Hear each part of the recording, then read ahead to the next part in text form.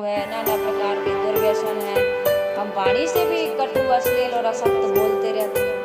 तो इन सारी चीजों का हमको क्या करना है, त्याग करना है। सदगुरु कबीर साहिब जी क्या कह रहे हैं, हरिजन हंस दसालिए डोले, हरिजन हंस दसालिए डोले, निर्मल नाम चुनी चुनी बोले, निर्मल नाम चुनी चुनी बोले, हरिजन हंस दसालिए डोले, हरिजन हंस दसालिए डोले। रूढ़ अर्थ क्या है संसार में हरि का, विष्णु, विष्णु को हरि कहा गया है। लेकिन सदगुरु कबीर साहिब जी का इष्ट और उपास ये विष्णु काल्पनिक विष्णु नहीं है। सदगुरु कबीर साहेब बीजक भर में इस चीज का खंडन करते हैं, क्योंकि वह विष्णु क्या है, मायावी, मन की कल्पना। गोस्वामी जी ने भी कहा, गो गोचर जहाँ लगे मन जाई, सो सब माया जानहु भाई। अतएव विष्णु एवं विशाल अपनी महिमा में व्यापक मनुष्य की जो अंतस चेतना है वही विष्णु है, वही क्या है, विष्णु है। विष्णु को बाहर से पाने की आवश्यकता नहीं है, बाहर है भी नहीं, बाहर कोई ईश्वर ब्रह्म परमात्मा नहीं है। यदि है तो केवल हमारी कल्पना में है, या फिर ये धर्म ग्रंथों में है। हकीकत में कहीं ईश्वर ब्रह्म परमात्मा, ये बाहर से कोई विष्णु मिलेगा भी तो ये छूटने वाला है, क्योंकि मिलने वाली चीज छूट जाती है और जो मिलता है वो माया है। जो मिलता हुआ छूट जाता है, टूट जाता है नाता। सब कुछ मिलता है, वो छूट जाता है, नाता टूट जाता है। जो यहाँ पर आया है वो चला जाता है, कुछ भी यहाँ रहने वाला है, और जो चला गया फिर वो पुनः आकर के मिलने वाला नहीं है। ये संसार की वास्तविकता है, ये सच्चाई है, इसको स्वीकार करना ही पड़ेगा। यदि आप नहीं करते हैं, मन की कल्पनाओं भटकते हैं, तो भटकते रहिए, आपको कुछ मिलने वाला जब आज तक नहीं मिला तो आगे भी मिलने की कोई आशा नहीं है। संसार में कोई अखंड वस्तु व्यापक है ही नहीं, क्योंकि एक अखंड वस्तु यदि सर्वत्र व्यापक हो तो दूसरे का अस्तित्व रह नहीं सकता है। इसलिए जड़ तत्व भी अलग अलग अखंड परमाणु हैं तथा चेतन जीव भी अलग अलग अस्तित्व वाले हैं। यदि चेतन एवं आत्मा को कोई व्यापक कहता है तो यह प्रशंसा सूचक शब्द है। कोई भी चीज व्यापक नहीं है, सब सर्वत्र, सब में कोई एक ही चीज नहीं समाई है। मिट्टी, पानी, आग, हवा, आकाश और ये जीव आत्मा, ये सब, ये सारी चीजें अलग अलग हैं, अपना अपना इनका अस्तित्व है। व्यापक का अर्थ है अपने गुणों से महिमा पूर्ण। इस प्रकार अपनी महिमा में पूर्ण यह मनुष्य के भीतर निवास करने वाला चेतन जीव ही है विष्णु, और इससे अलग कोई विष्णु नहीं है। यही शुद्धतः विष्णु है। और जो विषयों का त्याग कर निज स्वरूप में स्थित है वह क्या है, हरि का जन है। हरि हो गई हमारी आत्मा, और जो विषयों को त्याग देता है और अपनी आत्मा में स्थित होता है उसको कहते हैं हरिजन। हरि में रमता हो वह हरिजन, ये जाति वाला हरिजन नहीं। हरि मनुष्य की आत्मा है, और जो आत्मा में रमता है वह क्या हो गया, हरिजन। तो उसके लक्षण क्या होते हैं। अब हरि का तो अर्थ हम आपको समझ में आ गया। ऐसे हरिजन हंस दशा लेकर के डोलते हैं, वह हंस दशा में विचरते हैं। हंस दशा क्या है, इस ग्रंथ की व्याख्या में जगह जगह इसकी चर्चा की गई है। यह विषय हम आपको सुनते सुनते पुनरावृत्ति लग सकता है कि बार बार इस हंस दशा की ही चर्चा सदगुरु कबीर साहिब जी अपने पदों में कर रहे हैं। तो मैंने कहा कि हंस सचमुच में इतना सुंदर शब्द है कि जो असार को त्याग देता है, सार को ले लेता है, और जिसमें ऐसा लक्षण हो, ऐसा गुणधर्म हो, उसकी तो याद हमेशा हमें रखनी ही चाहिए। हम यही तो भूल गए कि हमारे अंदर में एक गुण है कि हम सार को लें और असार को त्याग दें, लेकिन हम निर्क्षीर विवेकी नहीं बन पा रहे हैं। इसलिए संसार के विकार हमारे अंदर इकट्ठे होते जा रहे हैं, और उन्हीं विकारों के कारण से हमारा जीवन आज कितना दुखी हो गया। हमको सारा सार का निर्णय नहीं हो पा रहा है, हमको ग्रह त्याग करने में हम सक्षम नहीं है कि इसको त्याग दें या सार है और इसको ग्रहण कर लें ये सार है, इसलिए हमारा जीवन दुखी बना हुआ है। इसलिए सदगुरु कबीर साहब जी कहते हैं, हंस जो उज्जवल चरित्र का है, जो केवल सद्गुण रूपी मोती चुगता है और जो नीर क्षीर का विवेक करता है, अर्थात जो जड़ चेतन बंध मोक्ष राग विराग खाद अखाद कर्तव्य अकर्तव्य ग्रह त्याग को अलग अलग समझकर कल्याणकारी अंश को ग्रहण कर बुरे अंश का त्याग कर देता हुआ क्या है? हंस है।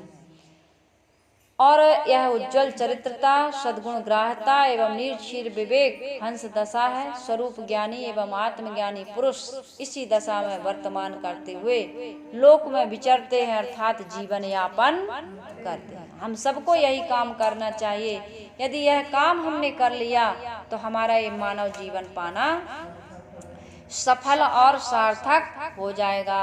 दूसरी पंक्ति सदगुरु कबीर साहब जी क्या कहते हैं? निर्मल नाम चुनी चुनी बोले, ये अभी आया है इसमें, निर्मल नाम चुनी चुनी बोले, वे अनावश्यक नहीं बोलते। ये हंस दशा की पहचान है, ये हरिजनों की पहचान है कि वो अनावश्यक बोलना बंद कर देते हैं। अनावश्यक किसी को नहीं बोलना चाहिए। अनावश्यक बोल बोल के ही हम अपने जीवन में अशांति पैदा करते हैं। सार गर्भित शब्दों का सिलेक्टेड उपयोग होना चाहिए, अनावश्यक नहीं। ये जो वाणी मिली है वरदान स्वरूप, इसका दुरुपयोग करेंगे तो दुख के अलावा हमारे जीवन में आज तक ना कुछ मिला है और ना कुछ मिलने वाला है।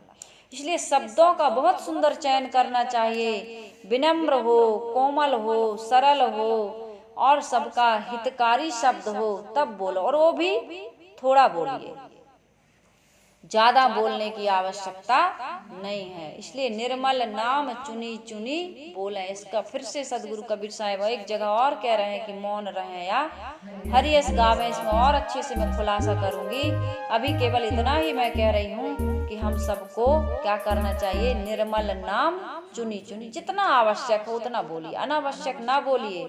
अनावश्यक बोलने वाला व्यक्ति कभी भी सुख नहीं पाता।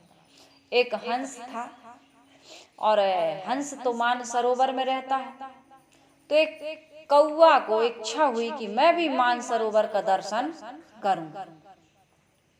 अन्य प्राणी कोई भी हो, तो हंस ने कहा कि भाई हम तो लंबी उड़ान भरते हैं और तुम उड़ नहीं पाओगे। कोई कहता है कछुआ का मन हुआ, कोई कहता है दोस्ती हो गई थी, दोनों में अलग अलग बताया जाता है, कहानी तो है।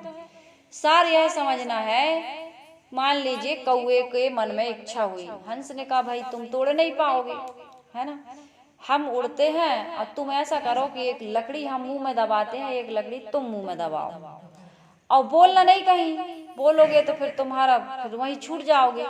तो मैं उड़ता हूँ और उड़ करके मान सरोवर में जाता हूँ और वहां तुम भी पहुंच जाओगे, लेकिन तुम्हारी एक ही शर्त है तुम्हारे लिए कि तुम बोलना नहीं। कहा ठीक है भाई, हम तो मौन रहेंगे, मौन रहने में कहा है, नहीं बोलेंगे। कहा चलो। हंस उड़ा तो कुछ देर के बाद बहुत दूर जब उड़ गए तो कौवे का मन हुआ बोलने का। कौवा तो जहाँ कौवा बोलेगा तो उसकी आवाज सुन के वो भी बोलेगा ही।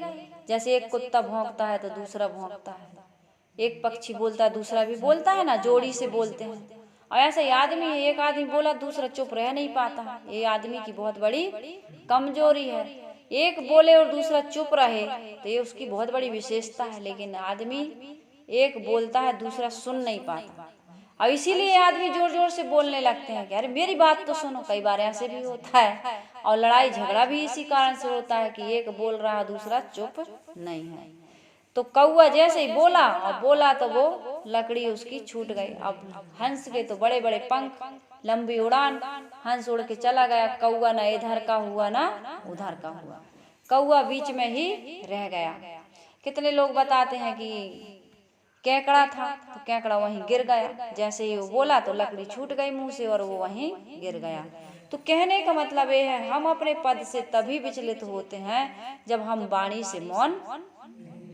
अशांति कब आती है? जब हम अधिक बोलते हैं। आवश्यक बोलेंगे तो अशांति की कोई गुंजाइश है ही नहीं।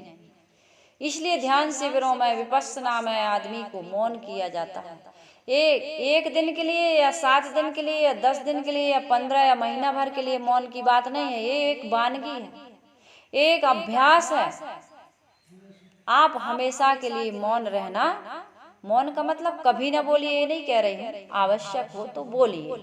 तो इसलिए साहिब कह रहे हैं कि हंस शब्द का एक अर्थ यह भी लगाया जाता है, अहंसा से छूटकर हंस शब्द बना टूट करके हंस शब्द बना मानते हैं, जो आध्यात्मिक अर्थ वाला है। अहंसा का अर्थ होता है मैं वह हूँ, अर्थात ईश्वर, ब्रह्म, परमात्मा, निर्वाण, मोक्ष, परमानंद, परम शांति आदि शब्दों को लेकर के जिसे मैं बाहर खोज रहा हूँ वह मैं ही हूँ।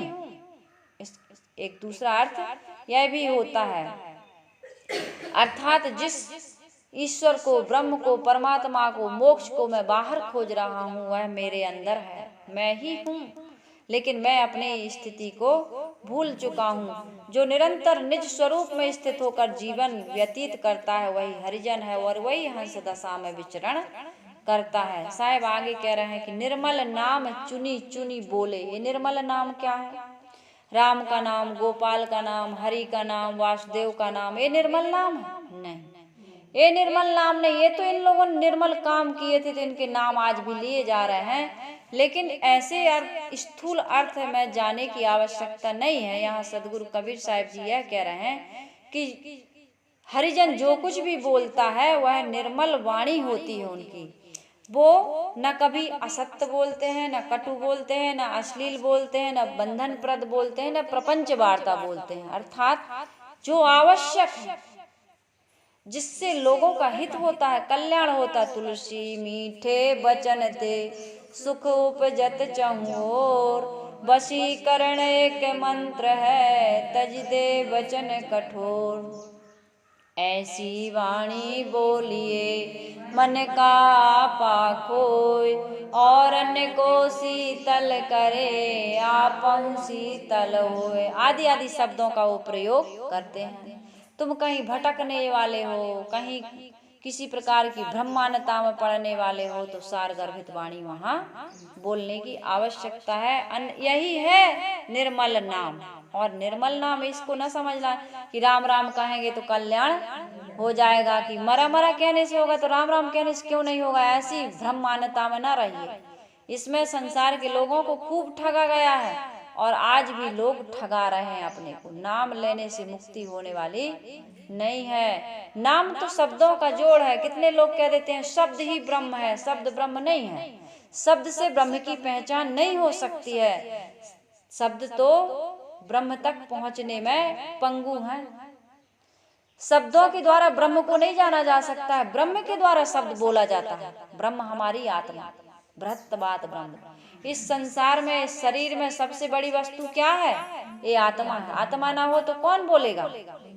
कोई बोलेगा? जिस प्राणी और पदार्थ में, जिस धर्म ग्रंथ में, जिस मत पंथ में आत्मा निकाल दो, उससे किसी भी जगह से आत्मा निकाल दो तो वहां कोई शब्द, कोई मान्यता, कोई देवी देवता नहीं होंगे।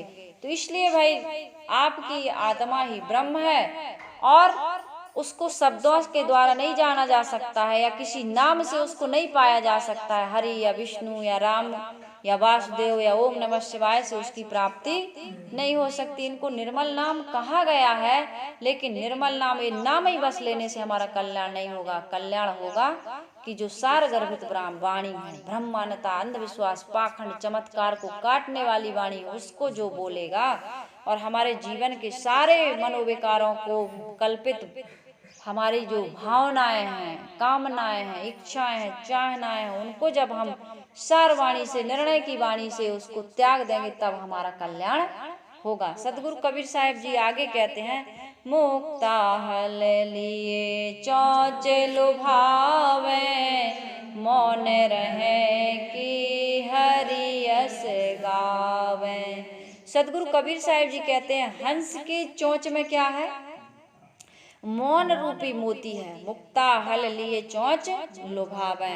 सदगुरु कबीर साहिब जी कहते हैं हंस चोंच में मोती लेकर लोगों को लुभाता है। मोती देख के सबको लोभ लगता है, लालच आता है। अरे सुन के लालच आ रहा है। मोती हम लोगों ने देखा है, हीरे मोती, मूंगा, पन्ना, पोखराज हम लोगों ने देखा है। लखनऊ गए थे तो वहाँ पर एक भाई साहब की दुकान है, सुनार हैं, वो सोनी जी हैं। उन्होंने सारे छोटे छोटे से रत्न 8-8 लाख के, है ना, बिल्कुल छोटे से मटर के दाना बराबर, उससे भी छोटे वाले, इतने कीमती हम लोगों ने देखा। एकदम बहुत छुपा करके रखते हैं, वो बड़े लाकर में रखते हैं उसको। तो ये सारे मोतियों का नाम सुन के हमको लालच लगता है। यहाँ सदगुरु कबीर साहब जी कहते हैं कि मुक्ता हल लिए चौंच लुभावे, जो कम बोलता है, सार गर्भित बोलता है, मीठा बोलता है, हितकारी बोलता है, उस व्यक्ति के शब्दों में शक्ति आ जाती है। उस व्यक्ति को सब सुनना चाहते हैं। एक शब्द सुनने के लिए लाखों लाखों लोगों की भीड़ हुआ करती है। लोग पैसा लगाते हैं, तन धन जन सब कुछ समर्पित हो जाता है कि महाराज जी कुछ 2 शब्द तो बोलिए, 1 शब्द तो बोलिए, आशीर्वाद तो दीजिए। ऐसे ही हमारी और आपकी भी कीमत बढ़ सकती है। कब? बोलने से नहीं, संयमित बोलने से, सारगर्भित बोलने से, आवश्यक बोलने से, मीठा बोलने से, हितकारी बोलने से। अनावश्यक, अश्लील, कटु और असत्य बोलने से नहीं हो सकती है। हम आज तक यही कर रहे हैं, गाली देते हैं, बात बात में गाली देते हैं। तुम्हारी वाणी की कोई कीमत है? झूठ बोल देते हो, अश्लील बोल देते हो, कटु बोल देते हो, असत्य बोल देते हो। तुम वाणी का कितना दुरुपयोग करते हो, तुम्हारी कीमत कितनी घट गई।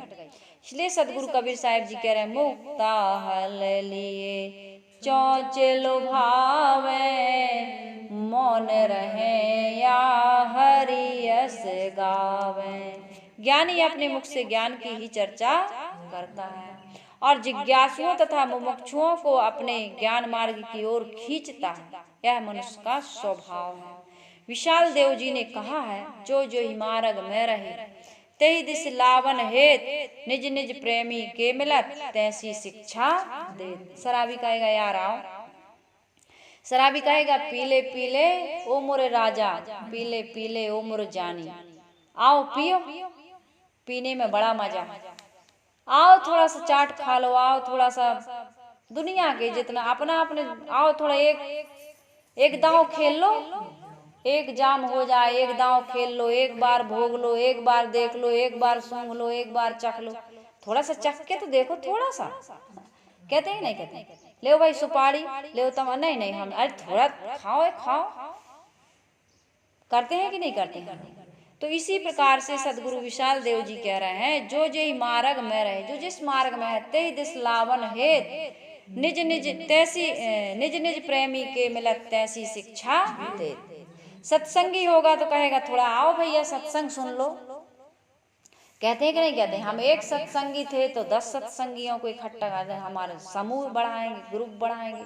तो जो जिस मार्ग में चलता है उस मार्ग में लाने के लिए शराबी शराब की ओर खींचता है, गंजेड़ी गांजा की ओर खींचता है, अन्य व्यसनी अपनी ओर खींचता है, अपने मित्रों को जबरदस्ती उसमें लाने का वो प्रयास करता है। तो सज्जन को भी सज्जनता की तरफ, ज्ञानी तथा ज्ञान की तरफ प्रेमियों को ले जाना चाहेंगे। साहेब ने कहा भी है, सोई हित बंधु मुहि भावै, जात कुमार्ग मार्ग लावै।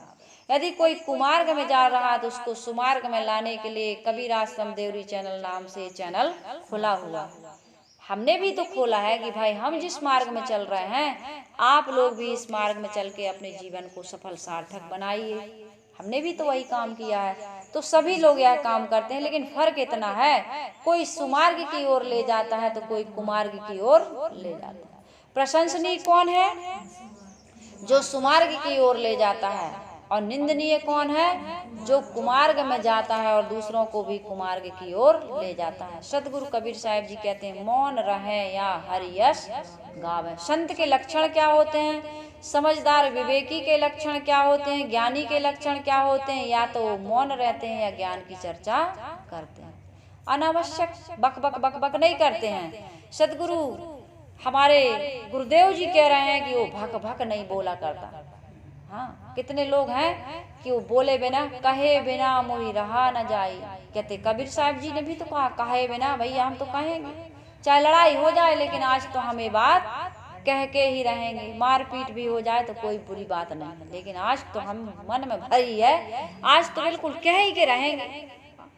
बड़ी तैयारी चलती है, उठापटक होती है भीतर भीतर, फिर व्यवहार में भी आ जाता है, पहले अंदर फिर वाणी में फिर क्रिया में वो आ जाता है। तो इस प्रकार के बोलने की जरूरत क्या है, कोई आवश्यकता नहीं है। सदगुरु कबीर साहब जी कह रहे हैं, हंस रहनी में चलने वाले संत ज्यादा बोलते नहीं है, वे अपनी वाणी में संयम रखते हैं, वे विशेषतः चुप रहते हैं, उनका अपना ज्ञान कलकलाता नहीं है। अध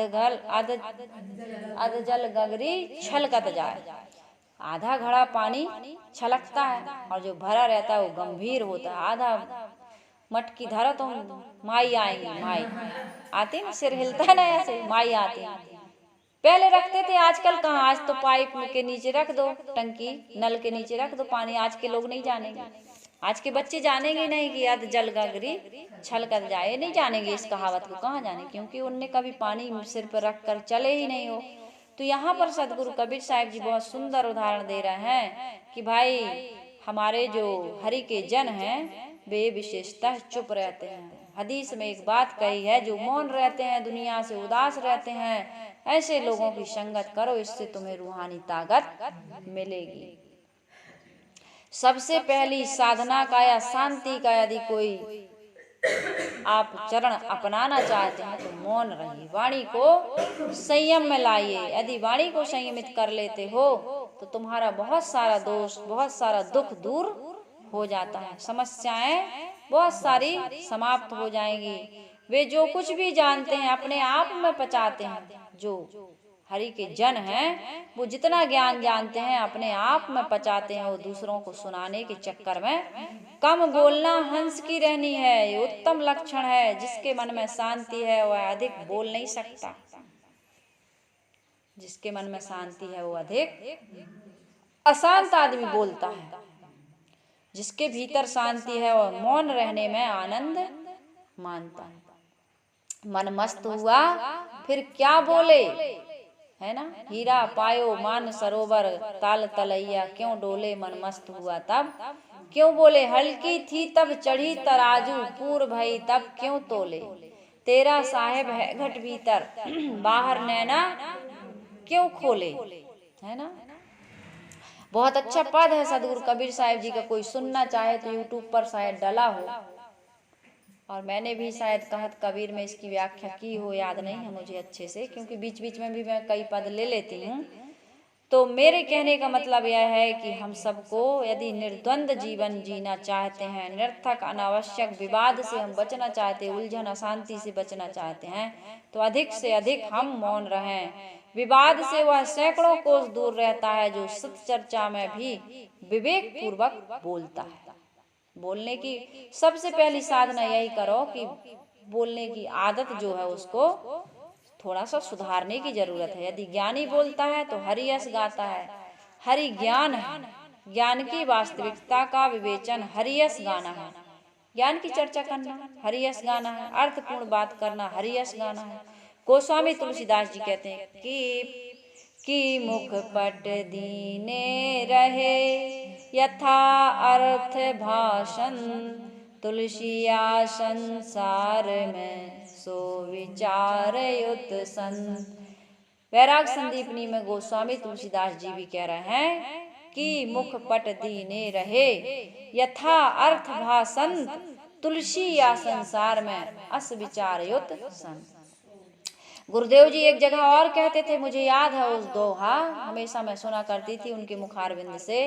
गुरुदेव जी कहते थे, पेट न फूटत बिन कहे, कहत न लागे ढेर, तुलसी बचन संहार के, समझ सुफेर कुफेर। कुछ ऐसे बोला करते थे गुरुदेव जी कि पेट न फूटत बिन कहे, नहीं बोलोगे तो पेट फूट नहीं जाएगा तुम्हारा, और कहत न लागे ढेर, जितना बोल दो ढेरी नहीं लग जाएगी, राशि नहीं लग जाएगी। इसलिए भाई जरूरत का बोलो। साहेब कहते हैं कि यदि तुम जरूरत का बोलना सीख गए तो तुम्हारे कल्याण होने में, शांति मिलने में या दुख दूर होने में देरी नहीं लगेगी। दुख क्यों आता है, अशांति क्यों आती, उलझन क्यों आती है? क्योंकि हमारा मन क्या हो गया है, बहुत बोलने लगा है। मन बोला, फिर वाणी बोली, और वाणी बोली तब फिर या तो राग बना या द्वेष बना, और मन हम अंतःकरण में उसके फिर संस्कार बन गए, फिर हमारा बंधन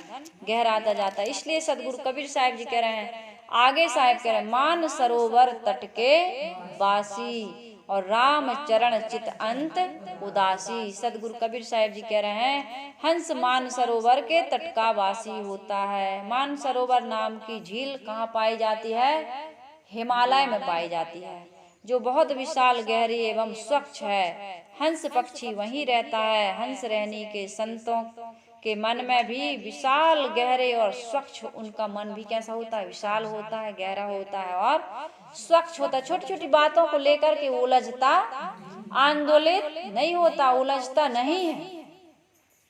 थोड़ा सा कुछ देखे, आहा, थोड़ा दुख, अरे भारी गर्मी, भारी गर्मी, मर गए, मर गए, मर गए, ये सब नहीं। अरे गाड़ी रुक गई तो क्यों नहीं चल रही है? कोई भी शब्द वो मौन रहता है, शांत रहता है, उसके अंदर में उथल पुथल नहीं रहती है। हंस रहनी के संतों के मन भी विशाल होते हैं, गहरे होते हैं, स्वच्छ होते हैं। संत जन स्वच्छ मन के पास रहते हैं। ऐसा मन किसी का बन जाए, ऐसी संयम और साधना किसी की बन जाए, तो संसार में दुखी होगा? बताइए, आज हम संयमित नहीं रह पा रहे हैं, इसी के कारण से तो दुखी हैं। जिसके मन में राग नहीं है, द्वेष नहीं है, ईर्ष्या नहीं है, काम नहीं है, क्रोध नहीं है, चिंता नहीं है, दुख एवं किसी प्रकार की ग्रंथि नहीं है, उसका मन मानो क्या हो गया?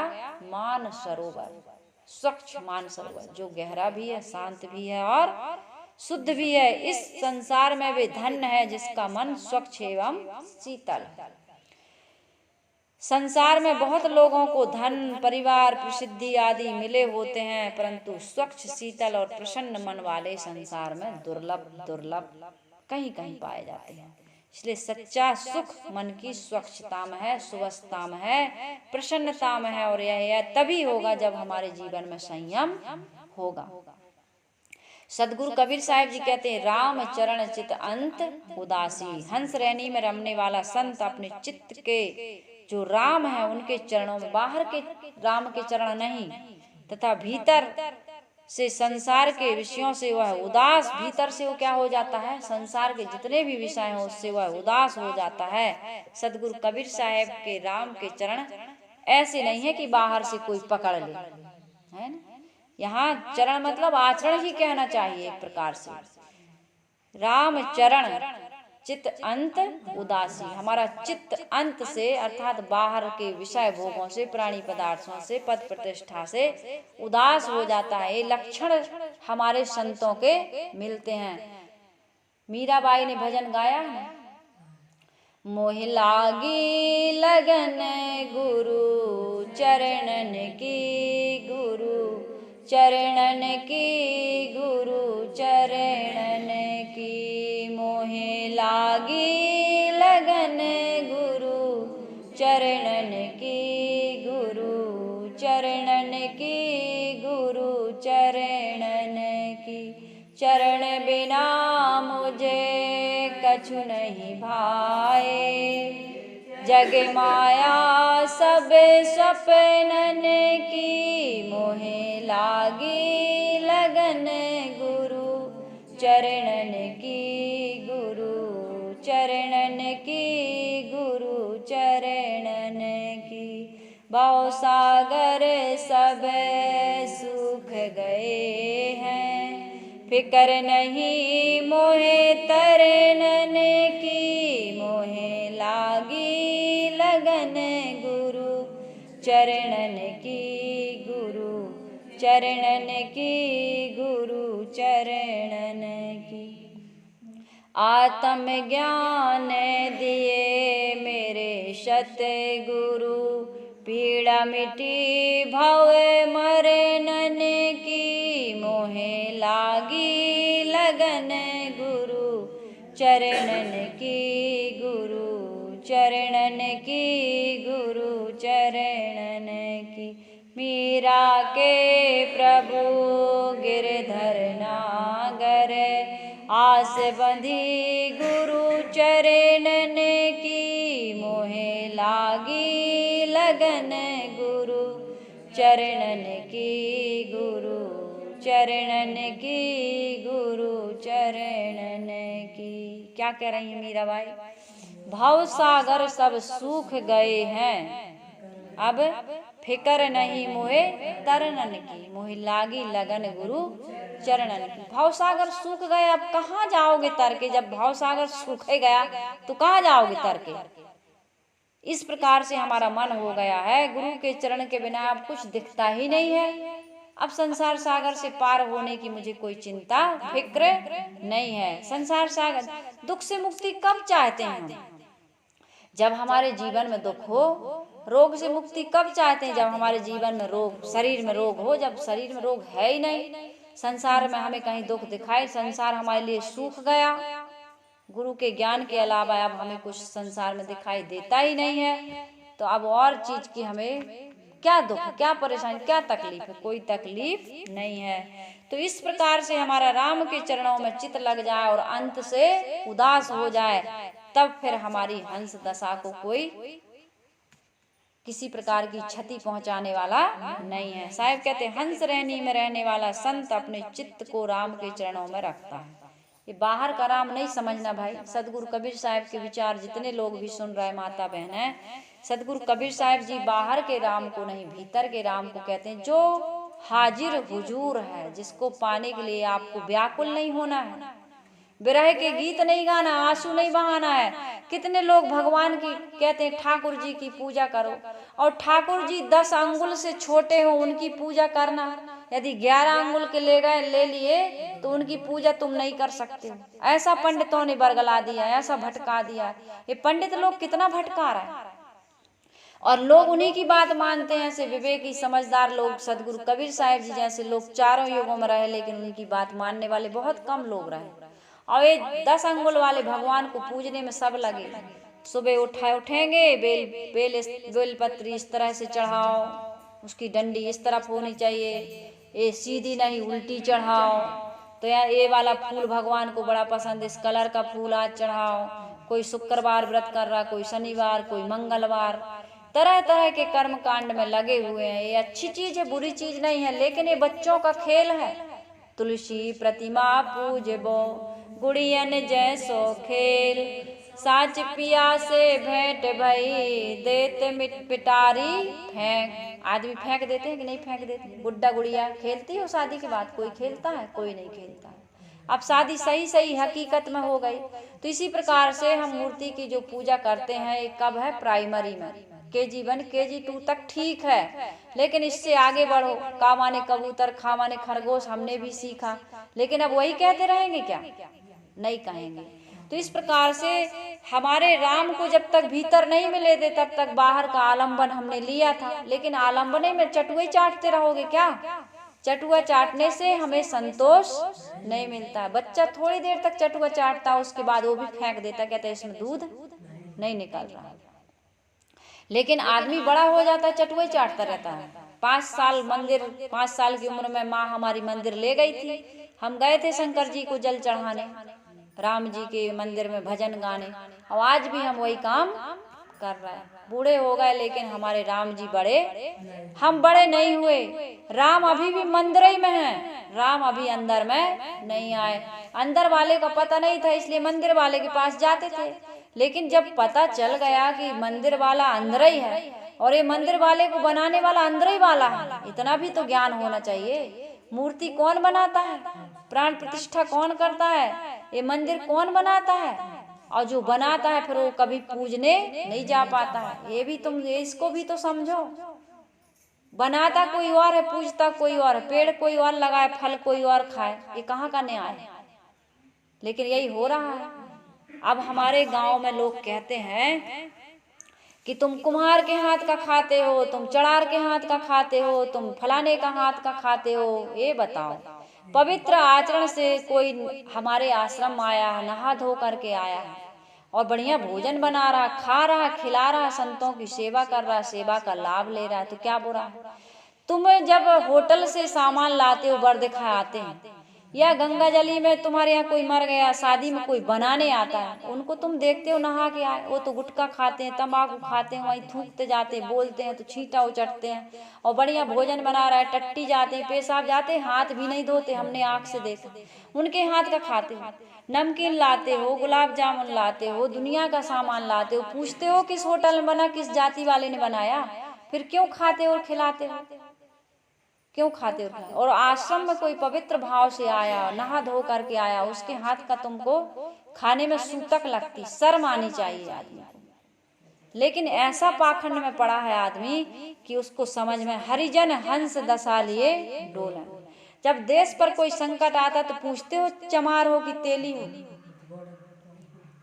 और कुम्हार के बना मटका तुम उसमें पानी पी लेते हो। धोबी कपड़ा धो के जाता है, छींटा मारते हो, छींटा यदि धो सकते हो धो, धोबी से क्यों धुलवाते हो? नहीं धुलवाना चाहिए ना धोबी से।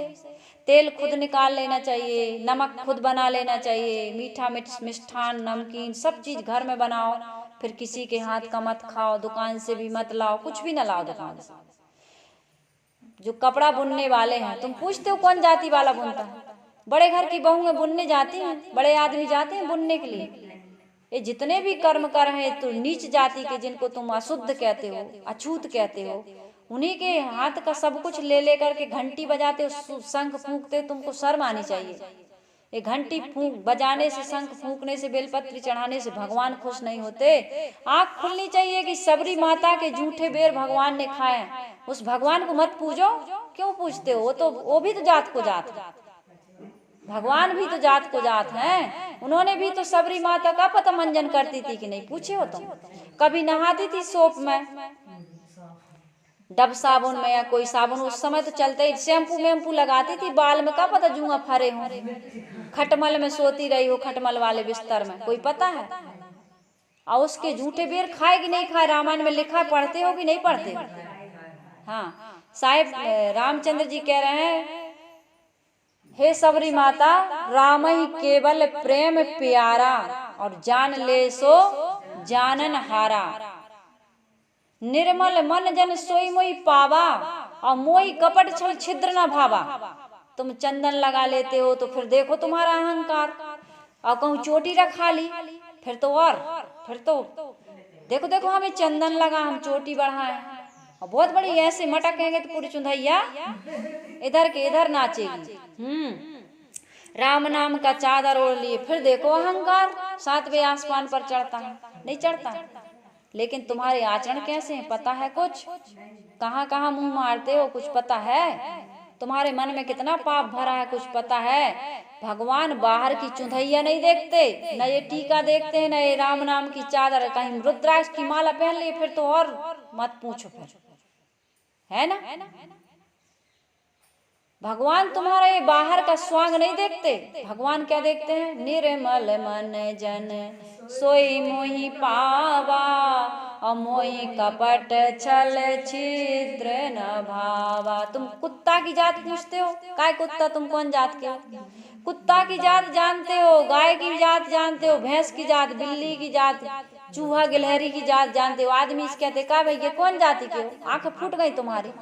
जैसे तुम पैदा हुए ऐसे ही वो पैदा हुए, और जैसे तुम मरोगे ऐसे ही वो मरेंगे। ये तो खतना और जनेऊ और कंठी और माला ये तुमरी बनाई, भगवान ने बनाई। हाँ, आचरण तुम शुद्ध रख सकते हो जिसको तुम शुद्ध रखते नहीं, और जाति पाति मानते हो, आश्रम में ये होता है, आश्रम में वो होता है, कितनी कितनी गलत धारणाएं बना के चलते हो। सत्य से तुम कितने दूर हो, और जो आते उनको टॉर्चर करते हो कि नहीं करते? ऐसे पापियों को नरक में भी ठौर मिलने वाली नहीं है। ये मैं नाराजी से नहीं कह रही, तुम्हारा आचरण ये तुमको नरक की ओर ले जा रहा। तुम सत्य ज्ञान से बिल्कुल अछूते हो गए, मूर्ति को पूजते हो। मरे हुए भगवान आज अवशेष बचा है, आज कबीर साहिब जी की मूर्ति पूजें या चित्र पूजें, ये पवित्र भावना है। चित्र रखिए, मूर्ति रखिए, उससे प्रेरणा मिलती है। उनको साफ स्वच्छ रखिए, यही उनकी पूजा है। भोग वो खाते हैं, तुम भोग लगाते हो, वो घंटी बजाते हो, सुनते हैं। वो तो तुम्हारे घट में बैठा है, वो बाहर मंदिर में थोड़ी बैठा है। यदि मंदिर में बैठा है तो फिर ताला लगा क्यों जाते हो? वो करेगा रखवाली, क्यों ताला लगाते हो? बॉर्डर पे जाके बैठा दो हनुमान की मूर्ति, राम की मूर्ति, शंकर की मूर्ति, वो तो बड़े बड़े दुर्गा की मूर्ति, वो तो कितने हाथ में कितने सारे शस्त्र लेके खड़े हैं। वहाँ नौजवानों को जाकर ठंडी गर्मी भूख प्यास में तपने की आवश्यकता नहीं है, जाके वहाँ खड़ा कर दो, सब स्थापना वहाँ करो जहाँ पर आतंकवादी आते हैं, जहाँ से इस देश को लूटने के लिए, मारने के लिए, उसकी मूर्ति वहाँ वहाँ रखे। यहाँ मंदिर में, तुम्हारे घर में मंदिर बना के रखने की जरूरत नहीं है, वहाँ जा करके रखो, लेकिन नहीं रखते। कितना धोखा दे रहा है और कितना धोखा खा रहा है, फिर भी आंखें खुलती नहीं है। सदगुरु कबीर साहिब जी कहते हैं, राम चरण चित अंत उदासी, कागा कुबुद्धि निकट नहीं आवे, प्रतिदिन हंसा दर। एक कागा कुबुद्धि है तुम्हारी, कौवे की चाल, कौवे की वाणी बोल रहा है और कौवे का आचरण कर रहा है। कौवा जब भी चोंच मारता है भिष्टा पर, गंदे सड़े हुए मांस पर, इसी प्रकार से तुम्हें ये गंदगी दिख रही है सब कहीं, जाति पात, आचरण नहीं दिख रहा, और तुम बोलते हो तो वही कटु अश्लील असत्य झूठ, दूसरे को भटकाने वाला, दूसरे को तुम पतित करने वाले शब्द बोलते हो। मुंह में भी गंदा गंदा खाते हो, आचरण से भी तुम्हारा गंदा गंदा आचरण, और समाज में तुम अपने विचारों की गंदगी फैला रहे हो। ऐसे विचार रखो जिससे समाज का हित हो। यदि तुम इतनी जाति पाति मानते हो तो फिर किसी के घर में चाय मत पीना, या दुकान का सामान कुछ भी घर में मत लाना, और लाओ तो पूछ के लाना कि किस जाति वाले ने बनाया है ना। इतना कर पाओगे? यदि कर पाओ तो मुझे कमेंट करना कौन कौन करता है, और उल्टे सीधे कमेंट करना नहीं तो बहुत बड़ा क्लेम कर दूंगी। आदमी बहुत उल्टा सीधा, एक व्यक्ति बहुत उल्टा सीधा कमेंट कर रहा है। तो इन सब बातों की, अरे भाई, काम वासना के बारे में, मैं त्याग के बारे में बता रही हूँ कि अनावश्यक क्रिया नहीं करनी चाहिए। तो कहते हैं कि काम भोग में बड़ा आनंद आता है, संत महात्मा भी तो संत महात्मा एक पैदा करते हो कि हजारों पैदा करते हो, और काम भोग कितनी बार भोगते हो, ये सब कमेंट करना चाहिए। अकल के बाहर की बात करते हैं लोग। समझना, सोचना, विचारना, आचरण में लाना कुछ नहीं है, बस कुछ भी चैनल पर डालते रहना, कुछ भी कमेंट करते रहना। इन सब से समाज का बहुत बड़ा, दूसरे की बुद्धि को आप यदि खराब करते हो, इससे बड़ा पाप कुछ भी नहीं है संसार में।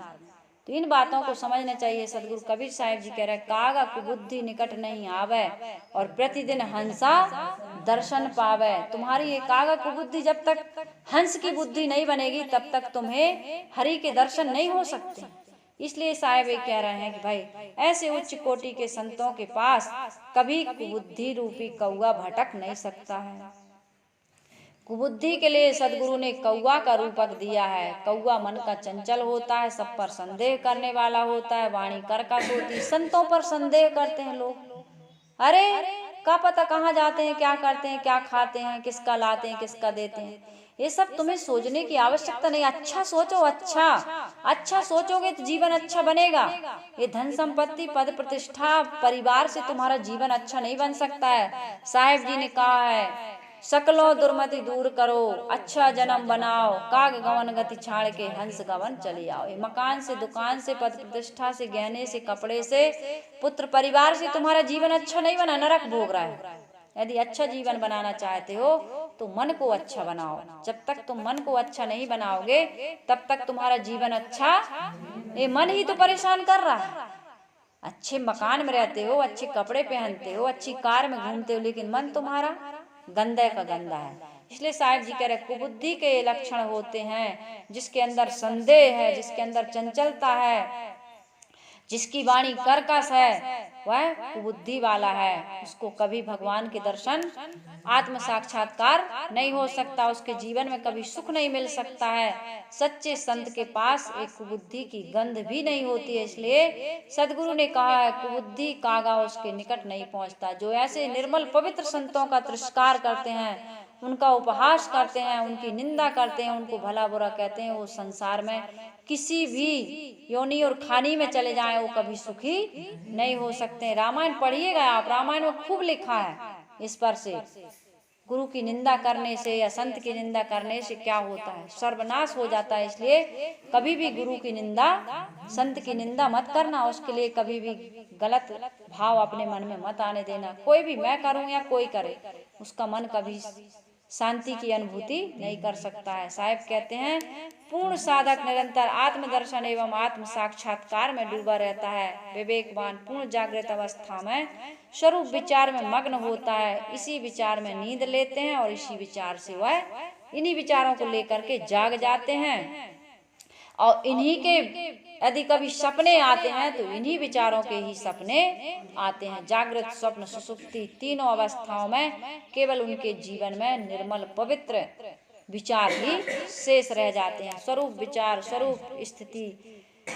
सदगुरु कबीर साहिब जी कहते हैं हंस को एक रस, इसी को एक रस हंस दशा कहते हैं। नीर छीर का करे निबेरा, कहें कबीर सोई जन मेरा। कबीर साहिब की शब्द की अंतिम पंक्ति में ये मोहर लगी हुई है। वे कहते हैं कि नीर छीर का विवेक करे वह मेरा साथी है, मेरा भक्त है, मेरा अनुगामी है, मेरा शिष्य है एवं प्रेम है, प्रेमी है। सदगुरु कबीर साहिब जी कहते हैं कि जो जड़ चेतन को कर्तव्य अकर्तव्य को बंध मोक्ष को अलग अलग करता है वही तो हंस है। और कौन हंस है? हंसत्व अर्थात विवेक। नीर को त्याग कर क्षीर को ले लेना, जड़ वासना को त्याग कर शुद्ध स्वरूप चेतन में स्थित हो जाना, यही हंस दशा है। तो संसार में सब कहीं गुण और दोष है।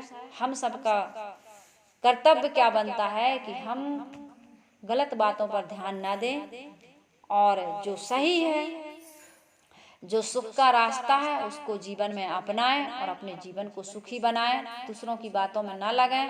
दूसरों की बातें सुननी चाहिए लेकिन सुनकर ये निर्णय करनी चाहिए कि ये मानने योग्य हैं कि ये छोड़ने योग्य है ना। तो ये सारी चीजें यदि हमारे जीवन में आ जाती हैं, सदगुरु कबीर साहिब जी का ये पद यदि जीवन में उतर जाता है तो हमारा जीवन सफल सार्थक हो सकता है और हम सबका जीवन सफल सार्थक हो। इसी शुभकामनाओं के साथ मैं अपनी वाणी को विराम दे रही हूँ।